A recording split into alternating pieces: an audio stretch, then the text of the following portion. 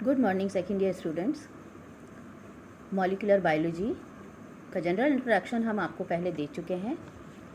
ये जो साइंस है, मॉलिक्यूलर बायोलॉजी जो विषय है, इसमें आप डीएनए से शुरू करेंगे, डीएनए पर ही ख़त्म होगा। पर ये डीएनए कहाँ से आया, इन सब के बारे में हम थोड़ा बहुत जान चुके हैं। आज फिर से एक बार इसकी परिभाषा के साथ में हम आगे बढ़ते हैं।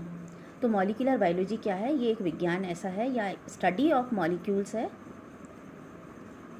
जो किसके बेसिस हैं वो molecules? Replication, transcription and translation of the genetic material. तो डेफिनेशन से आप समझ गए होंगे कि जो जेनेटिक मटेरियल है, अर्थात गुणसूत्र हैं, गुणसूत्र पर जीन्स हैं और जीन्स के ऊपर आप जीन्स किसके बने हुए हैं? डीएनए के। तो ये जो डीएनए है, जेनेटिक मटेरियल, ये किस प्रकार से रेप्लिकेट करता है, ट्रांसक्रिप्ट होता है। रेप्लिकेशन का मतलब इसका कॉपीज़ कैसे बनती हैं, और इन कॉपीज़ के बनने से पहले ट्रांसक्रिप्शन जो है, उसकी स्क्रिप्ट जो है वो कैसे ट्रांसफ़र होती है दूसरे उसमें आरएनए पर, और ट्रांसलेशन इसका कैसे होता है, अर्थात प्रोटीन का बनना कैसे होता है। ये जो प्रोसेसेस हैं, इन सभी को आप मॉलिक्यूलर बायोलॉजी में काफ़ी डिटेल में पढ़ेंगे, इसे आणविक स्तर पर। तो ये जो मॉलिक्यूलर बायोलॉजी का फील्ड है, ये अकेला फील्ड नहीं चलता, इसके साथ में पर्टिकुलरली जेनेटिक्स और बायोकेमिस्ट्री का जानकार होना बहुत ज़रूरी है। और ये जो मॉलिक्यूलर बायोलॉजी है, चीफली कंसर्न होती है किसके साथ? Interactions between the various system of a cell, including the interactions between DNA, RNA and protein biosynthesis. अर्थात ये जो शाखा है विज्ञान की, मॉलिक्यूलर बायोलॉजी, आणविक जैव विज्ञान, इसके अंतर्गत आप डीएनए, आरएनए, प्रोटीन का जो बायोसिंथेसिस होता है या जैव संश्लेषण होता है, ये आपस में किस तरह से इंटरैक्ट करते हैं, अंतर क्रियाएँ करते हैं, इन सभी के बारे में, ये अंतर क्रियाएँ रेगुलेट कैसे होती हैं, नियमन इनका कैसे होता है, ये सब हम पढ़ेंगे मॉलिक्यूलर बायोलॉजी के अंतर्गत। Since the late 1950s and 60s, 1950 और 60 के बीच में जो भी रिसर्चेज हुई मॉलिक्यूलर बायोलॉजी के फील्ड में, उन्होंने इसका कैरेक्टराइजेशन, इसको आइसोलेट करना और इसको मैनिपुलेट करना सिखा दिया था। और इसके मेन जो कंपोनेंट्स थे वो थे डीएनए, आरएनए और साथ में प्रोटीन्स। और प्रोटीन्स जो थे वो मेजर स्ट्रक्चरल और एंजाइमेटिक टाइप ऑफ मॉलिक्यूल्स थे। आप सेकेंड ईयर में हैं, लेकिन आपने 12th में ज़रूर पढ़ा होगा कि जो भी मेजर संरचनात्मक जो भी कार्य होते हैं या जो फंक्शंस होते हैं किसी भी कोशिका के, उनमें एंजाइम ज़रूर काम में आते हैं। और ये एंजाइम जो होते हैं वो प्रोटीन्स के बने हुए होते हैं। ये प्रोटीन कैसे बनता है वो हम डिफरेंट प्रोसेसेस देख चुके हैं पहले भी, लेकिन उन्हें हम मॉलिक्यूलर लेवल पर अब पढ़ेंगे कि किस प्रकार से डीएनए अपनी जो इन्फॉर्मेशन है वो ट्रांसक्रिप्ट करता है आरएनए की फॉर्म में। आरएनए है वो किस प्रकार से राइबोसोमल आरएनए बनाते हैं प्रोटीन्स को।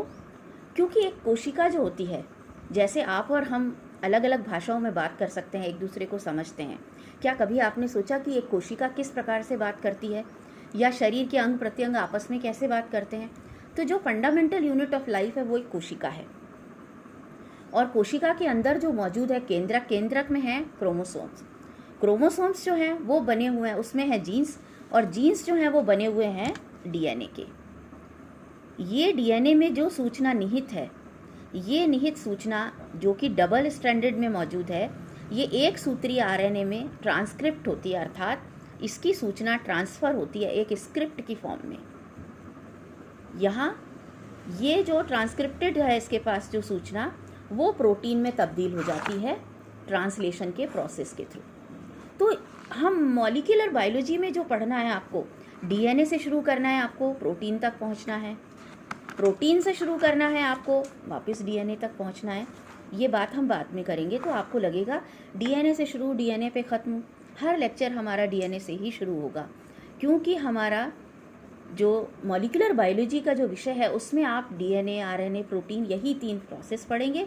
क्योंकि एक कोशिका जो भाषा समझती है वो प्रोटीन की भाषा ही समझ सकती है, और हर काम के लिए, हर एक्शन को दिखाने के लिए एक कोशिका को एक नया प्रोटीन बनाना पड़ता है। और प्रोटीन बनाने का जो प्रोसेस है वो प्रोसेस इन्हीं 3 उन पे, या कह लीजिए स्टेप्स से होकर के गुजरता है। तो बच्चों, अब आपको समझ में आ गया होगा कि मॉलिक्यूलर बायोलॉजी में हमें डीएनए बहुत अच्छे से पढ़ना है, आरएनए पढ़ना है, साथ ही प्रोटीन की जो है बनने का प्रोसेस है, कौन कौन से प्रोटीन क्या काम करते हैं, इनके साथ एंजाइम्स कौन से काम में आएंगे, वही सब हमें मॉलिक्यूलर बायोलॉजी में पढ़ना है।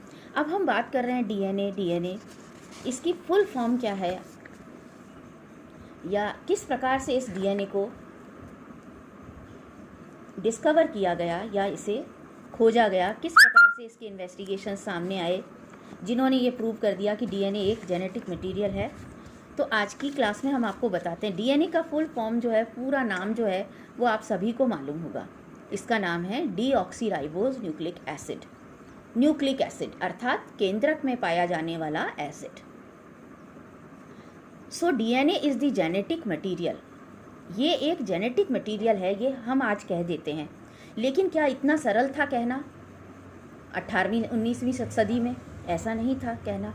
मालूम था कि कोई ना कोई ऐसा पदार्थ है जो एक पीढ़ी से दूसरी पीढ़ी में जाता है, लेकिन ये तय नहीं हो पा रहा था कि वो पदार्थ कौन सा है। तो इसको तय करने के लिए अलग अलग समय पे अलग अलग वैज्ञानिकों ने अपने अपने एक्सपेरिमेंट सामने दिए, अपनी खोजें सामने रखी, जो भी रिसर्चेज उनकी थी, और उन्होंने फिर ये तय करा। तो फ्रेडरिक मिशर ने 1868 में बायोकेमिकल इन्वेस्टिगेशन ऑफ डीएनए किया था, जो कि एक बहुत ही पुरोगामी जिसे कहना चाहिए पायनियरिंग वर्क था उनका।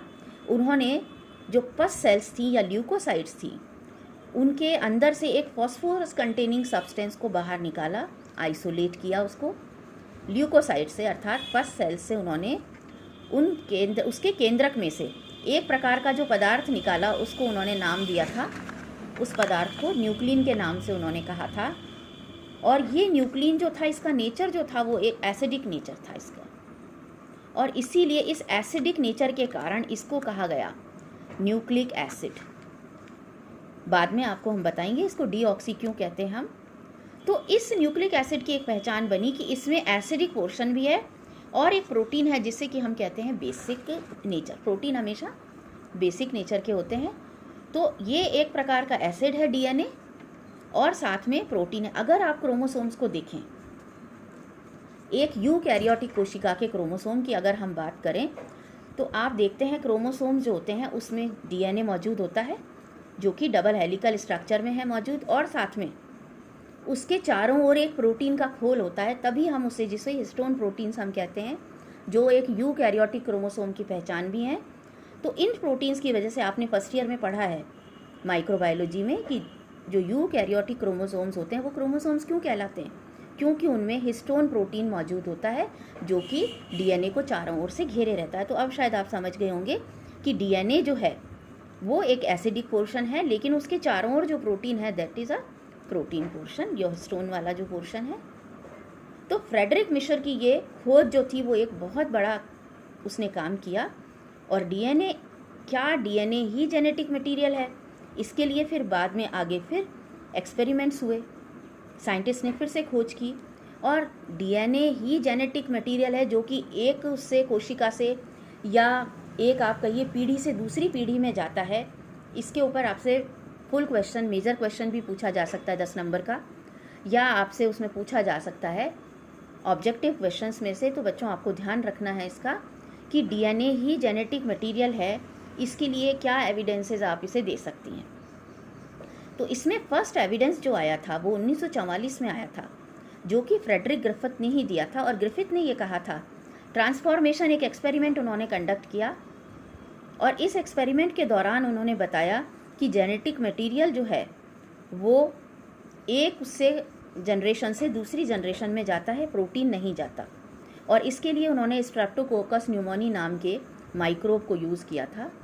उन्होंने इस बैक्टीरिया को यूज़ किया, और इसके 2 स्ट्रेन्स नेचर में मौजूद थे। ये पूरा एक एक्सपेरिमेंट आपको पूछा जा सकता है ट्रांसफॉर्मेशन के ऊपर, या आपसे पूछ सकते हैं कि एक आप एविडेंस दीजिए जिससे कि आप ये प्रूव कर सकें that DNA is the carrier of genetic information.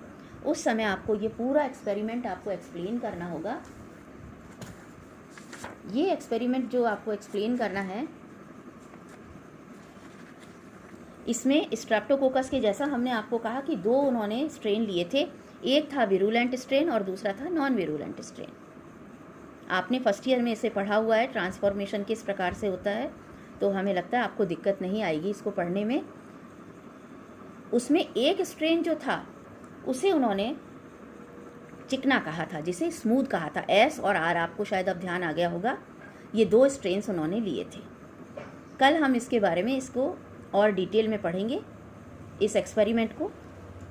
ये दूसरा जो एविडेंस इसका आया था, ये अल्फ्रेड डी हर्शे और चेज ने इसे दिया था 1952 में, और उन्होंने रेडियो एक्टिव आइसोटोप्स जो फॉस्फोरस और सल्फर के थे उनका इस्तेमाल करते हुए उन्होंने बैक्टीरियोफाज का इस्तेमाल किया था, और ये एक्सपेरिमेंट को प्रूव करके बताया था कि एक जनरेशन से दूसरे जनरेशन में प्रोटीन नहीं जाते, जो डीएनए है वही मूव करता है।